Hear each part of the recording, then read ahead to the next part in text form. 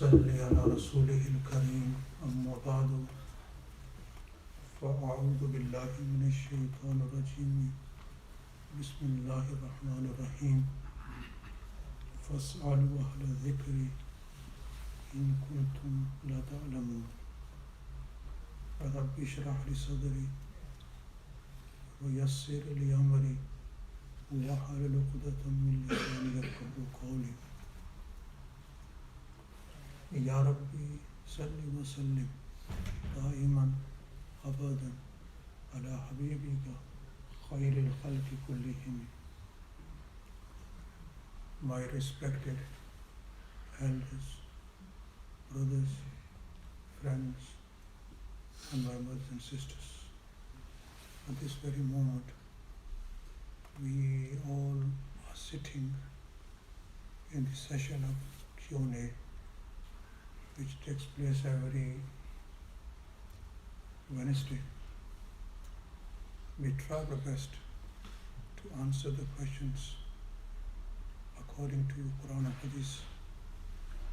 May Allah subhanahu wa ta'ala accept these sessions which take place in the masjid here. And may Allah subhanahu wa ta'ala make the means of our forgiveness, means of coming very close to Allah and His beloved Prophet sallallahu alaihi wasallam. Every week, brothers, sisters, they ask questions. For today's session, we also have received few questions. One of them is, are we allowed to give salam to non-mahram women?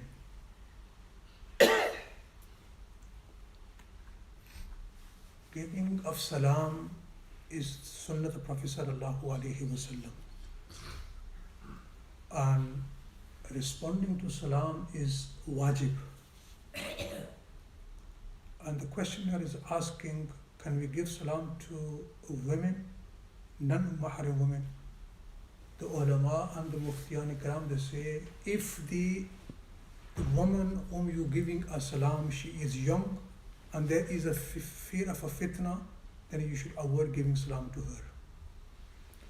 Very old women, the ulama and the muftiyan ikram, they say we are allowed to give them salam, but the young women, we should avoid giving them salam.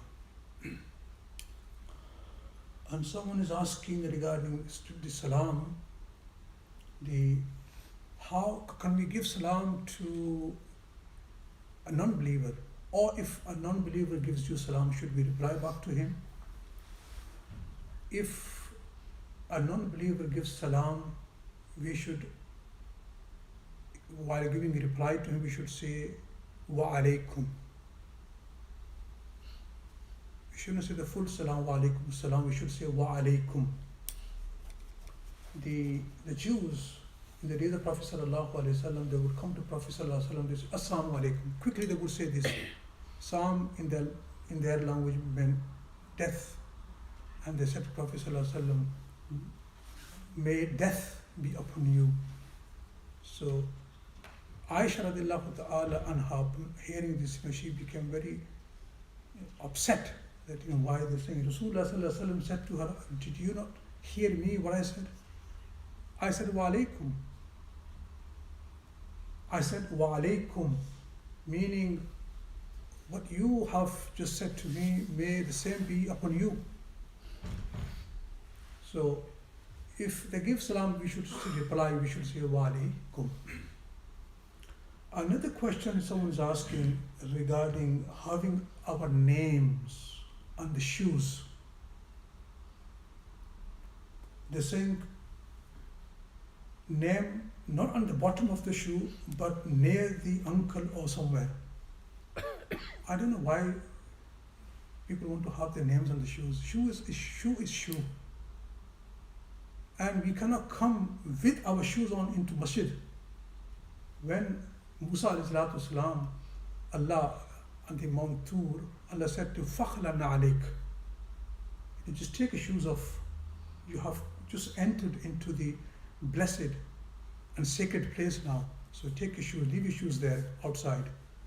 So when we come to masjid, we don't wear our shoes in the masjid, we take them off. So shoes are shoes. I don't know why you want to have your name on the shoes. Whether they are on the bottom of the shoes or top of the shoe, shoe is shoe. And this is against the dignity of the name. If someone has an Umar, and you're going to have this name under Umar written on your shoes. If someone has a name called Usman, you're going to have this on your shoes. Now, this is against the dignity of your the names you have. These names, these very names, they are identity for everyone. And with these very names, we will be called out on the day of judgment. Allah subhanahu wa ta'ala will call each and every individual with her and with his name, and with their parents' name, with the father's name. So, we don't recommend anyone to have these names on your shoes. So what's going to happen if you're going to have a name on your shoes, or if you're going to have a name on your shirt or on your clothes? So having names on the shoes, this is not jais. It's against the dignity of the name which you have, which your parents gave you. Don't have it on the shoes.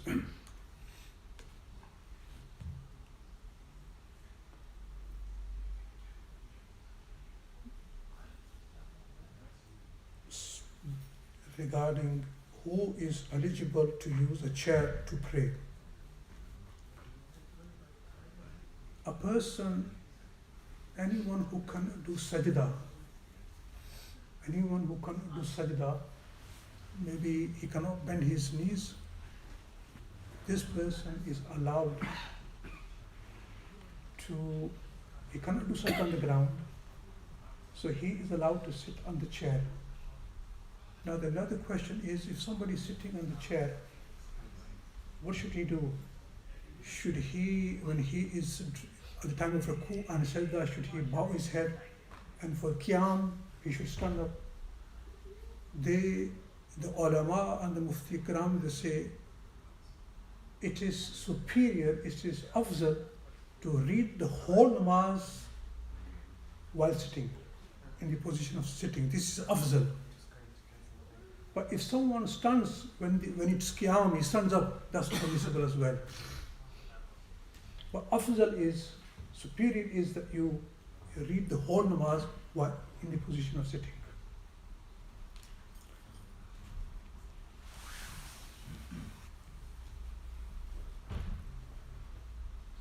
Someone is asking, can you explain the verse of Surah Mohammed, verse number 33? What's the ruling of this? The verse of Surah Muhammad, which is Ya ayyuhalladhina amanu ati'u Allah wa ati'u Rasul wa la tubtilu a'malakum. O believers, you obey Allah and obey the Messenger, and do not nullify your amals, your deeds. The questioner wants to know the meaning. Now, nullifying your amal, this is general, whether it's obligatory amal or it's optional nafli amal.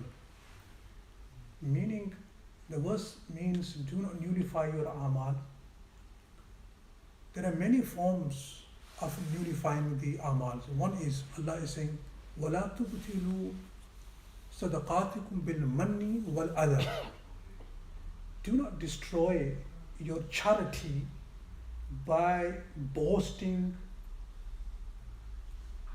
and by teasing. The one whom you have given charity to, the needy person, after you have given him the charity, don't boast and don't insult him. Don't tease him that you have given him the charity. By doing this amal, this teasing, this insulting will nullify your amal. It will destroy this neck amal which you have done by giving charity. So this is one form of destroying the amal. The second form is, there is amal which is optional. Nafal, you can do optional fasts, optional prayer, nafli prayer. Now, nafli prayer you have the choice whether you read it or whether you don't read it. But once you have started any optional ibadat, nafli ibadat, then it becomes wajib upon you to complete the ibadat. If you started your nafli fast and during the day you thought, well, let's break my fast now because it's only nafli. Now the ruling is, because it was nafli, it was optional and it was not wajib on you, but since you've started the ibadat, now it becomes wajib on you to complete it. You cannot leave it and abandon it in the middle of it. You have to complete it. Similarly, like if you started your nafli prayer, your namaz, and in the middle, you just gave salam, you just have to just leave it. Or you broke your wudu and you thought, well, this was only a nafli ibadat, so I don't have to repeat it. No, you have to repeat it now because you started in the beginning. It becomes wajib for you to complete it.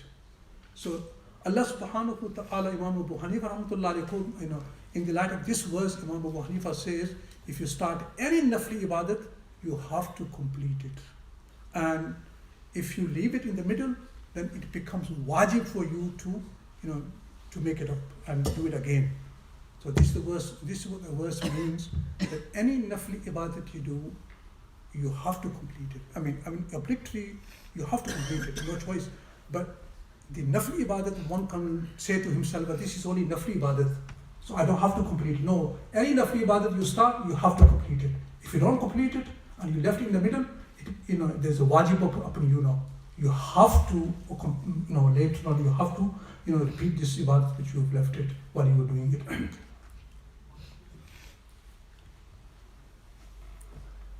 I think that's it. May Allah subhanahu wa ta'ala accept our majlis and make means of forgiveness. Rabbana آتنا في الدنيا حسنة وفي الآخرة حسنة وقنا عذاب النار. ربنا تقبل منا إنك أنت السميع العليم وتب علينا إنك أنت التواب الرحيم. وصلى الله تعالى على خير خلقه محمد وعلى آله وصحبه أجمعين برحمتك يا أرحم الراحمين.